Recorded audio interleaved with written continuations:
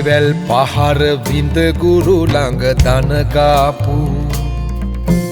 කුමරෙක් සිටියාලු පෙර කල තලකාපු මඩදිය වුණත් නිල්දියකට හරවාපු ගුරුවරු සිතයි ලොවකට අපි නොසිතාපු නිල්දිය දහර වැගිරෙනවාලු නමුණු කුලේ මම ඉතින් අවුරුදු මෙච්චර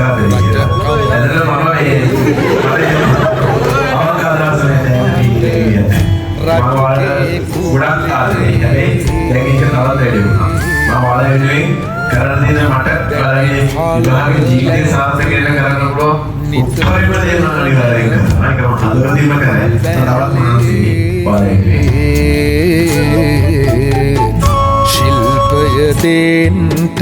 නොම සුරුකාම ගුරුගේ බාලේ